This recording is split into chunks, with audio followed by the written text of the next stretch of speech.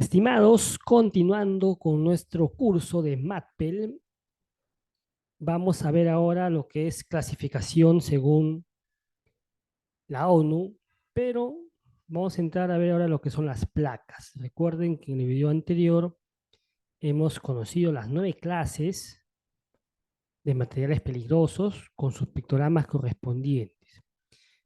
Seguimos. Identificación. ¿Qué es identificación? Acción mediante la cual se logra determinar el nombre del material peligroso. 4 formas de identificar un MATPEL. Número 1, número de las Naciones Unidas. Número 2, nombre del producto marcado en el contenedor. Número 3, hojas de transporte o embarque. Número 4, hojas de seguridad del material conocido como las MSDS. Por ejemplo, miren acá las imágenes, ahí tenemos una placa con el número de identificación de peligro y en la parte inferior con el número de identificación de la materia, 4 cifras. Asimismo, en la parte inferior también ahí tenemos el nombre del producto marcado en el contenedor. En este caso vemos que es un camión cisterna. El contenedor es la cisterna en sí. Y ahí dice bisulfuro de carbono. También es una forma de poder identificar el MATPEL con su mismo nombre. ¿Qué más tenemos? Vamos a ir viendo uno por uno. Si hablamos del número de las Naciones Unidas, conocido como la ONU, los códigos de identificación de riesgos, conocidos como los números de riesgo, en las regulaciones europeas y sudamericanas se pueden hallar en la mitad superior de un panel naranja, en algunos contenedores intermediales debe ser ahí. El número de identificación de las Naciones Unidas son 4 dígitos, se encuentra en la mitad inferior del panel naranja. En este caso, los 4 dígitos inferior es el 1, el 2, el 0 y el 3. Ojo, no es 1203, por si acaso, no es una sola cifra, no, es un dígito, son 4 dígitos y cada dígito tiene un significado específico, 1, 2, 0 y 3. Y también se puede colocar ese panel en el contenedor, los 4 dígitos. El código de identificación del riesgo en la mitad superior del panel naranja consiste en 2 o 3 dígitos. Generalmente los dígitos indican los siguientes riesgos. 1, emisión de gases debido a la presión o reacción química. 2, inflamabilidad de líquidos y vapores y gases o líquidos. 3, que experimentan un calentamiento espontáneo. 4, inflamabilidad de sólidos o sólidos que experimentan calentamiento espontáneo. 5, efecto oxidante comburente. 6, toxicidad o riesgo de infección. 7, radiactividad. 8, corrosividad. Y 9, riesgo de reacción violenta espontánea. Ojo, son 9, también 9 tipos de riesgo, pero no se vayan a confundir con las 9 clases, por si acaso. Estos 9 riesgos tienen que ver con las cifras que la ONU ha indicado para lo que es el número de identificación de la materia. Por ejemplo, ahí dice 1088. Acá viendo la placa, las 4 cifras que están en la parte inferior, 1088. El 1 significa emisión de gases debido a la presión o reacción química. El 8 significa corrosividad. Pero acá se repite nuevamente el número, o sea, son 2 8. ¿Qué significa esto? El número duplicado indica una intensificación del riesgo. Ahí está, o sea, 2 veces 8 significa que es altamente corrosivo. Cuando una sustancia posee un único riesgo, este seguido por un 0. Por ejemplo, el 3 y 0, 4 y 0, 5 y 0. En este caso, ahí dice 1 y 0, no es 10, ojo, es 1 y 0, que significa que la sustancia posee un único riesgo. ¿Okay? ¿Qué más tenemos? Bueno, aquí las imágenes hablan por sí solas y acá podemos ver dos cosas. Uno, podemos ver las placas de identificación de la ONU, pero también podemos ver que hay placas o hay pictogramas que están en mal estado, ¿no? Recuerdan que vimos ya en videos anteriores los pictogramas del sistema DOT, ¿no? Es lo que es transporte, que también nos hacía hincapié en lo que es la clasificación de la ONU.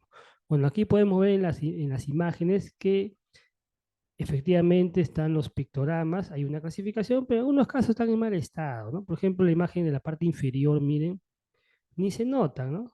Ni se notan los pictogramas, no se nota el símbolo.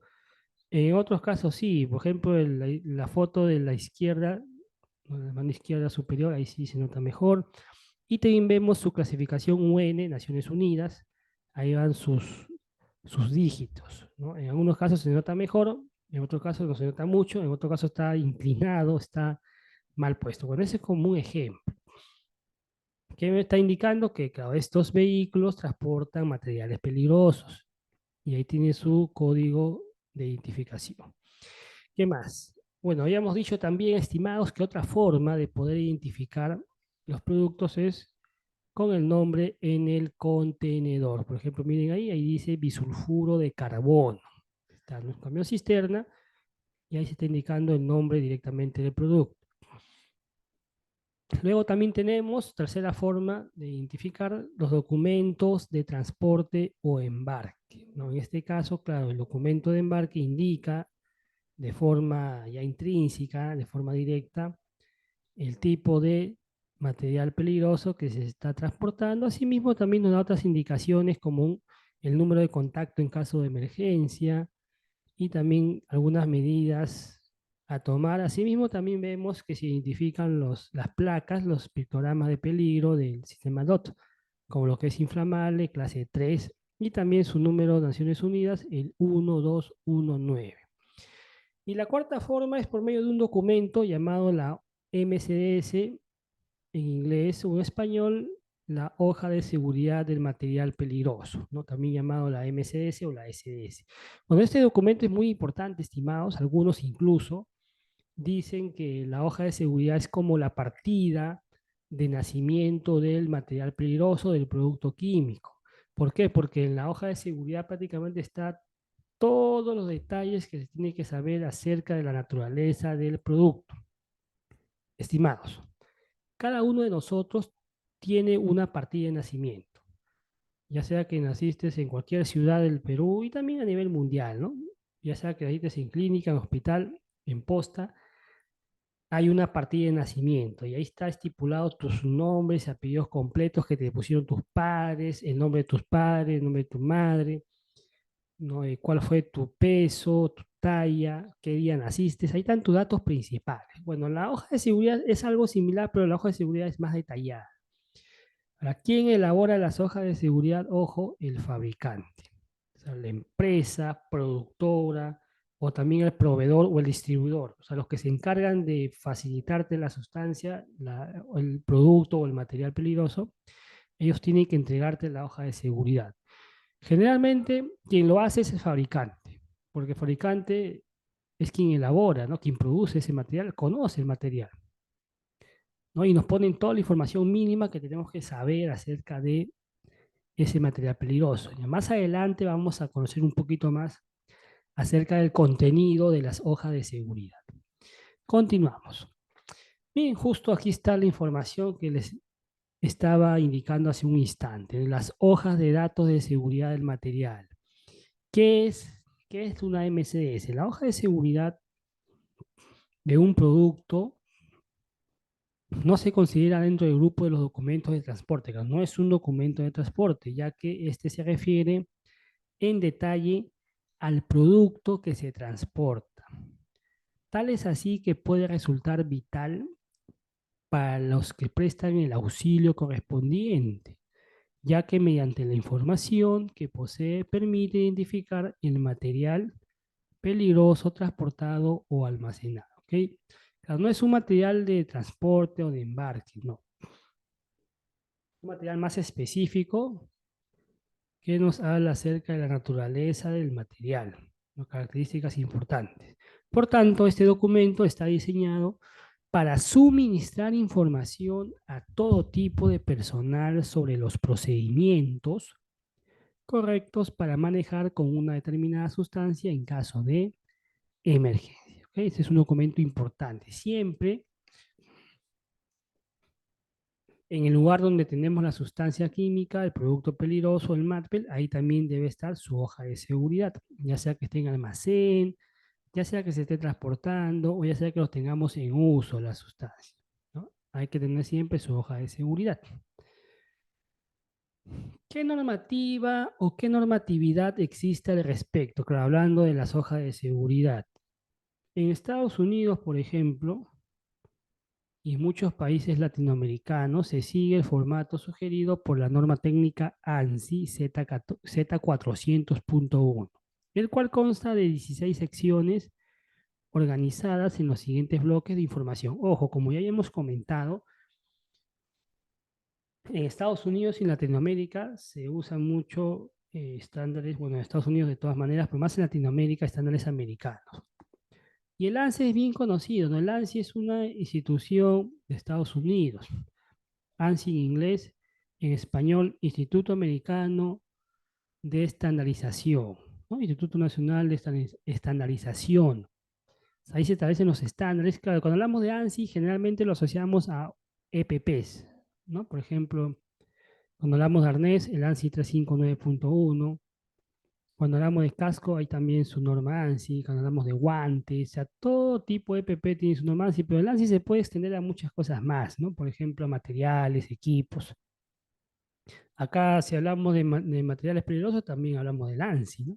¿Por qué? Porque se ha estandarizado el contenido. Ojo, que una hoja de seguridad muchas veces puede variar en el contenido. Depende mucho del fabricante qué información relevante decide incluir en la hoja de seguridad, ¿no? Por eso, mi experiencia como parte del área de seguridad, ¿no? A veces pedimos una hoja de seguridad a un fabricante, nos manda una hoja de seguridad con 8 o 10 puntos.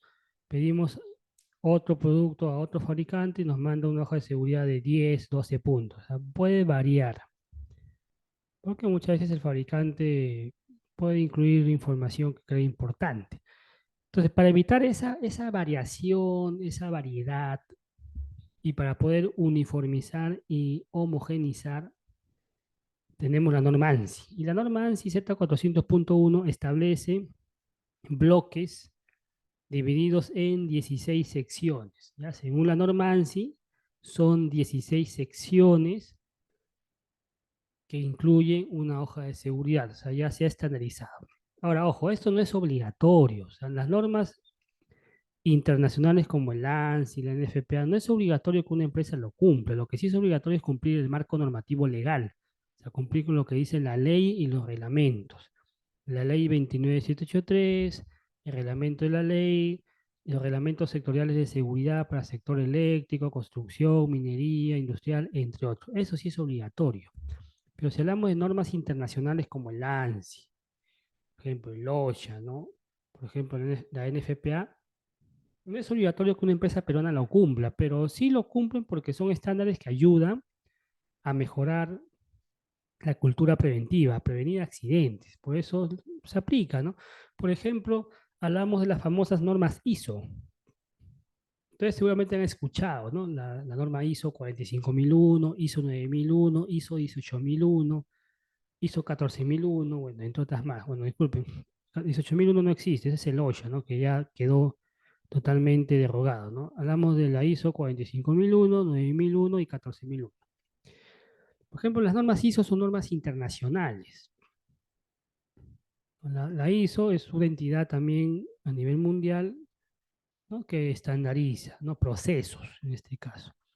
Si hablamos de la ISO 45001, hablamos de un estándar que busca mejorar los procesos referentes a lo que es prevención de riesgos, seguridad y salud en el trabajo. Pero no es obligatorio que una empresa implemente una ISO porque también es costoso, pero lo hacen de forma voluntaria porque eso ayuda a mejorar los estándares. Entonces, si mi empresa tiene una norma ISO 45001, de todas maneras estoy cumpliendo la ley, ¿no? Porque para cumplir una norma internacional, primero tienes que cumplir marco normativo nacional. La ISO 9001 tiene que ver con la norma de calidad. Por ejemplo, ¿qué significa calidad? Significa dar un producto que satisfaga al cliente, que mi cliente esté satisfecho con el producto o servicio que le doy, por eso me va a comprar más, ¿no? De eso se basa la norma ISO 9001 calidad, ¿no? Cumplir los requerimientos del cliente. Luego también tenemos la norma ISO 14001 que tiene que ver con la gestión ambiental, cuidado del medio ambiente, ¿no? Que nuestro proceso sea amigable con el medio ambiente y evitemos contaminar y deteriorar. Entonces, las ISO no son obligatorias, son voluntarias, pero ayuda a mejorar los estándares de la organización. Asimismo, el ANSI también, ¿no? Ayuda. En este caso, el ANSI Z400.1 ayuda a homogeneizar el contenido de las hojas de seguridad y que no haya mucha variedad, mucha dispersión. Por ejemplo, los bloques en el cual se divide. Hablamos de bloque de identificación, secciones 1 al 3. Hablamos de bloque de emergencia, sección de 4 al 6. Y hablamos bloque de manejo y precauciones, bloque 7 al 10. Y hablamos de bloque complementario, secciones del 11 al 16. A ver, les muestro el contenido, los 16 ítems o secciones. Pregunta interesante, ¿cuál es el contenido de la hoja de datos de seguridad? Se ha establecido que el contenido informativo de la hoja de datos de seguridad SDS, ojo, SDS viene de un estándar llamado el SGA, pero también es una hoja de datos de seguridad, no hay problema. No, de acuerdo a la norma ANSI que ya hemos comentado y el sistema globalmente armonizado. Ojo, en breve les voy a hablar del sistema globalmente armonizado, conocido como SGA o en inglés GHS. Es un estándar internacional que actualmente los países están adoptando ya como propio y lo van a normar para la aplicación. Ojo que en el Perú ya este año ha salido el reglamento, la norma, para que las empresas adopten el sistema SGA. Esta va a ser obligatorio en el Perú, ¿no? Posiblemente va a haber una marcha blanca para que las empresas vayan regularizando, pero ya quizás de acá a un tiempo, quizás el próximo año ya va a ser obligatorio. Y es muy bueno porque el SGA busca estandarizar, ¿no? Busca armonizar todos los estándares que, ¿se acuerdan que vimos en el video anterior, ¿no? Había estándares británicos, alemanes, de Estados Unidos. Cada país maneja estándares para lo que son la gestión de material, pero el SGA busca estandarizar todo lo referente a lo que es clasificación y etiquetado de las sustancias químicas peligrosas, también llamadas los MATPEL, ¿ok? Eso vamos a hablar un poquito más adelante. A ver, ¿cuál debe ser el contenido? Mire, ahí te mostramos los 16 ítems. Ojo, si en caso no me crees, bueno, busca en internet esa norma ANSI Z400.1 y te va a arrojar lo que vemos en la imagen, ¿ya? Miren, por ejemplo, punto uno, identificación del producto. Ahí está el nombre, ojo, el nombre, una cosa es el nombre comercial y otra cosa es el nombre químico, ¿no? El nombre de la sustancia, pero el nombre no técnico, por decirlo así, ¿no?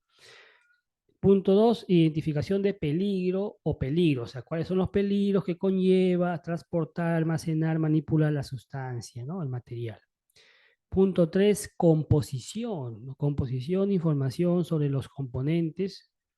Ahí tema técnico, ¿no? O sea, cómo está compuesto, qué elementos componen ese material, ¿no? Número 4, punto importante, primeros auxilios. ¿Qué hacer en caso de salpicadura, en caso de contacto, en caso de inhalación, intoxicación? Ahí se explica. Primeros auxilios. Punto 5, medidas de lucha contra incendios. ¿Qué hacer en caso de un amago de incendio? ¿No? ¿Qué tipo de agente extintor uso? Ojo, si bien es cierto hay PQS, CO2, pero hay que saber en función al tipo de sustancia que usar. Y eso está en la hoja de seguridad, ahí nos dice, ¿no? ¿Qué tipo de agente extintor puede usar? Número 6, medidas que deben tomarse en caso de vertido accidental. ¿Qué significa vertido accidental? Bueno, hubo un derrame, ¿no? Derrame de pequeñas proporciones en el cual yo voy a poder actuar. Esas son las recomendaciones que me da también la hoja de seguridad. Número 7, manipulación y almacenamiento, ¿no? ¿Cuáles son las recomendaciones para manipular o para almacenar la sustancia, ¿no? Número 8, controles de exposición y también protección personal, los EPPs, ¿no? ¿Qué EPPs debe usar? De repente me piden guantes de neopreno, me piden un respirador, un traje de protección, lentes, antiparro tipo Google.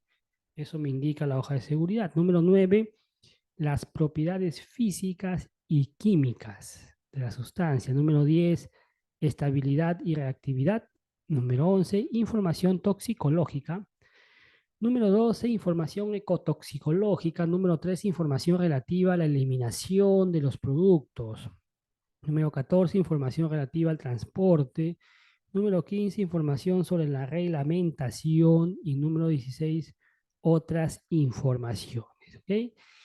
Como pueden ver, estimados, entonces la norma ANSI ha tratado de incluir los puntos más importantes y los puntos que le va a ser de mucho provecho a las personas que trabajan directamente con el material peligroso, ya sea el almacenero, el transportista, el operador, el que manipula también. Por eso es muy importante que la hoja de seguridad siempre lo tengamos a la mano. Incluso las personas que van a interactuar con el producto o el material tienen que haber sido capacitados en la hoja de seguridad, ¿no? Para que sepan cómo actuar si en caso de emergencias, cómo manipular y cómo almacenar. Entonces no se olviden, según la norma ANSI Z400.1, la hoja de seguridad debe tener 16 secciones como mínimo, pero ojo, esto de aquí de momento no es algo obligatorio, ¿no? Las empresas pueden tener el contenido que ellos crean convenientes. Ya cuando entre en rigor la norma, el reglamento que te diga, ¿no? Hay que cumplir con lo que indica la SGA, ahí sí las 16 secciones es obligatorio. ¿Por qué? Porque la SGA toma como base esta norma ANSI para poder estandarizar la hoja de seguridad que se llama la SDS. Cuando eso ya entre en vigor, ahí sí esto de 16 ítems va a ser obligatorio cumplirlo sí o sí, de todas maneras. Continuamos. ¿Qué debe hacer usted con las hojas de datos de seguridad? ¿Qué debo hacer con la SDS? ¿Guardarlo en el almacén, ahí archivarlo, solamente mostrarlo cuando hay auditorías o cuando hay inspecciones? No. Las hojas de datos de seguridad de una sustancia es una fuente de información extremadamente útil para prevenir riesgos laborales, accidentes y posibles enfermedades, siendo una de las mejores herramientas para el personal de respuesta a emergencias. Hemos visto el contenido y ya creo que queda claro la importancia. Conserve siempre la hoja de datos de seguridad, disponga de un archivo en su laboratorio, almacén, unidad de transporte o en su lugar de trabajo habitual conteniendo todas las hojas de datos de seguridad de las sustancias que maneje. No repare en solicitar a su proveedor las hojas de datos de seguridad que le falten, sin duda se las remitirá. Ojo, en primer lugar, las hojas de seguridad se le piden al fabricante. Ahora, si no compras el producto directamente del fabricante, lo compras por un intermediario, o sea, un proveedor o un distribuidor, tienes que pedir la hoja de seguridad a ese proveedor, a ese distribuidor. Ya esa empresa se encarga de solicitarlo al fabricante. Pero recomendaciones, hay que pedir que siempre las hojas de seguridad estén actualizadas. Máximo 1 o 2 años de antigüedad, pero siempre pidamos que lo actualicen al año. Porque puede haber alguna actualización, algún cambio, bueno, siempre hay que pedir eso, porque a veces el proveedor, por ejemplo, no pide actualización, ¿no? Y no coordina con el fabricante. Entonces, siempre pidamos actualizados y que esté en idioma español, por favor, ya que no esté en inglés, que no esté en otros idiomas, en español. ¿Por qué? Porque estos documentos son técnicos. Si te mandan una hoja de seguridad en inglés, no vas a poder traducirlo así tú sepas inglés, porque son documentos técnicos, ¿no? Que requieren ya un nivel de tecnicidad mayor, pues, ¿no? O sea, no es como traducir pues, un documento simple, ¿no? Son documentos técnicos. Y si es un documento técnico, hay que saber interpretar la información. O sea, va a tener que interpretarlo un especialista, ¿no? Entonces eso es difícil. Por eso siempre pidamos que el documento esté en español para que podamos luego distribuirlo a nuestra empresa, ¿no? Importante. Siempre que vaya a trabajar con una sustancia, ¿no? Una sustancia química, recomendamos que lea anticipadamente su hoja de datos de seguridad o haga que la lean sus trabajadores, sus colaboradores. Puede llegar a ahorrarse muchos problemas simplemente con esta acción, porque ellos van a conocer la sustancia, van a estar enterados de qué hacer en caso de emergencia, cómo almacenar. Destine la información contenida en las hojas de datos de seguridad a elaboración de procedimientos de trabajo donde se tenga en cuenta precauciones y medidas de seguridad a la hora de trabajar con estas sustancias, facilitar la selección de equipos y dispositivos de protección adecuados a la manipulación y trabajo con sustancias específicas. Debe incluirse información sobre los riesgos asociados al manejo de sustancia química en los guiones de las prácticas con los alumnos. En otras palabras, hay que hacer charlas para capacitar al personal con la hoja de seguridad. Se pueden hacer talleres también lúdicos, ¿no? Para que el personal sepa. Puedes poner una casuística, ¿no? Un derrame, un contacto con la piel, una quemadura, qué hacer, ¿no? Que ellos vayan revisando la hoja de seguridad, que ellos se familiaricen con el documento, que conozcan el contenido. Ese debe ser el objetivo principal. Bien, estimados, entonces ahí dejamos el tema de la hoja de seguridad. Muy interesante lo que hemos visto, ¿no? Creo que debe ser un tema que ustedes ya investiguen de forma más profunda. Creo que ahora, estimados, en adelante, ya cada vez que manejen una sustancia química o manipulen, tienen siempre que tener la hoja de seguridad a la mano. Tienen que haberlo revisado con anticipación. Ese debe ser el compromiso de ustedes. Bien, diamante, NFPA, placas, etiquetas y marcas corporativas. Vamos a hacer un poco más de hincapié en este punto, de forma breve.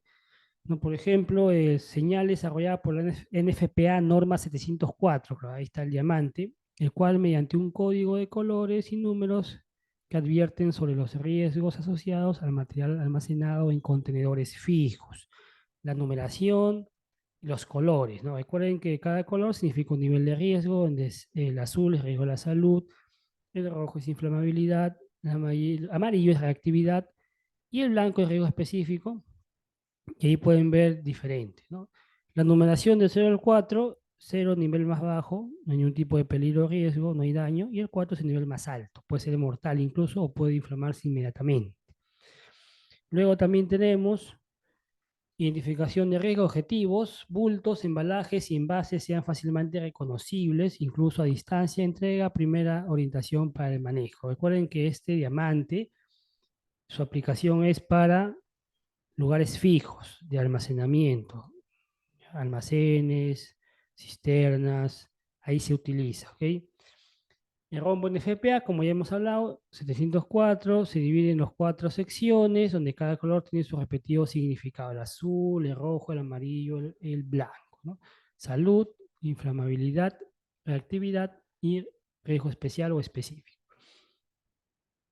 Los números del 0 al 4, donde 0 no presenta riesgos, el 4 altamente peligroso mortal. Riesgos especiales, por ejemplo, esa W con esa línea que lo corta transversalmente, prohibido usar agua, puede reaccionar violentamente. O XY, sustancia oxidante, ALK, sustancia alcalina, COR, sustancia corrosiva y radiactiva. Bien, hay otro tipo de clasificación también, lo que se conoce como el sistema HMIS3. Si la sustancia es peligrosa, deberá colocarse una etiqueta con la información mostrada, ¿no? En este cuadro. Por ejemplo, bueno, es un poco diferente, no es un rombo, pero ahí también nos muestra una clasificación, ¿no? Por medio de colores. El nombre del producto, CAL, por ejemplo, dice, ¿no? Riesgo a la salud, efecto crónico, el asterisco, efecto agudo, los guiones y los puntitos. Y también tiene su índice de peligro, del 0 al 4. 0 peligro mínimo y 4 peligro fatal o mortal, ¿no? Por ejemplo, salud, efecto crónico y nivel 2 que es peligro moderado. Inflamabilidad, peligro mínimo, peligro físico y color plomo, nivel 2, y protección personal, nivel D. Ojo, cuando hablamos de nivel D, hablamos de niveles de EPPs, ¿no? Hay niveles de la A hasta la D, A, B, C, D. Eso lo vamos a ver un poquito más adelante también, no se preocupen. Vamos avanzando. Mira, esto de acá les hablé hace minutos atrás. El sistema globalmente armonizado de clasificación y etiquetado de productos químicos, conocido como la SGA. En inglés, GHS. Ojo, no se vayan a equivocar con la clasificación que hemos visto más temprano, ¿no? Las 9 clases con los pictogramas del sistema DOT de transporte, ¿no? Esta clasificación es para lo que es clasificación y etiquetado de productos químicos. Ojo, etiquetado. O sea, esto se utiliza para etiquetar envases. ¿no? Por ejemplo, la galonera, la botella, el balde que contiene una sustancia peligrosa. También son 9 clases, pero tiene un código diferente y los pictogramas son diferentes, ¿no? El código es GHS y tiene un número que puede ir del 1 al 9 también. Y los pictogramas es tal cual como lo ves en la imagen. Es un rombo, borde rojo, grueso, fondo blanco y pictograma color negro, el dibujo negro. Los explosivos, clase 1, las sustancias inflamables, clase 2, las sustancias comburentes, clase 3, el gas bajo presión, clase 4, los que son corrosivos, clase 5, peligro de irritación al inhalar, clase 6, se puede asociar mucho al tóxico, ¿no? Clase 7, los tóxicos justamente, pero cada vez el nivel de toxicidad es mayor, ¿no? El signo de interrogación, signo de admiración. Clase 8, el cancerígeno mutágeno, o sea, puede dañar severamente tu salud. Y clase 9, dañino para el medio ambiente acuático, ¿no? Por ejemplo, si hay contacto con una laguna, un río, puede dañar severamente el ecosistema, puede matar los animales, los peces, puede causar una contaminación muy severa, ¿ya? No se olviden, según el SGA, Sistema Globalmente Armonizado, tenemos una clasificación para lo que es etiquetado de productos químicos. Muy similar a lo que vimos anteriormente al sistema DOT o también a las 9 clases, ¿no? del Código de Naciones Unidas, pero hay algunas equivalencias, ¿no? Líquidos inflamables, miren, el pictograma es muy similar, comburentes, tóxicos y corrosivos también. Ahí está. ¿Cómo se etiqueta? Acá te muestro un ejemplo, ¿no? Etiquetas SGA, Sistema Globalmente Armonizado. Primero, identificador del producto, o sea, el número, ¿no? Debe coincidir con el nombre químico que aparece en las hojas de datos de seguridad de materiales. Ojo, que este documento va asociado directamente con las hojas de seguridad. Todo se asocia, todo se relaciona. Luego tenemos los pictogramas que hemos visto hace un instante atrás, composiciones gráficas que visualmente transmiten la información sobre riesgos específicos. Luego tenemos declaraciones de precaución. Describe las medidas recomendadas para minimizar o prevenir los efectos adversos resultantes de la exposición. Luego tenemos palabra de advertencia, indica el nivel relativo de la gravedad del peligro. ¿Cómo puede ser peligro o advertencia?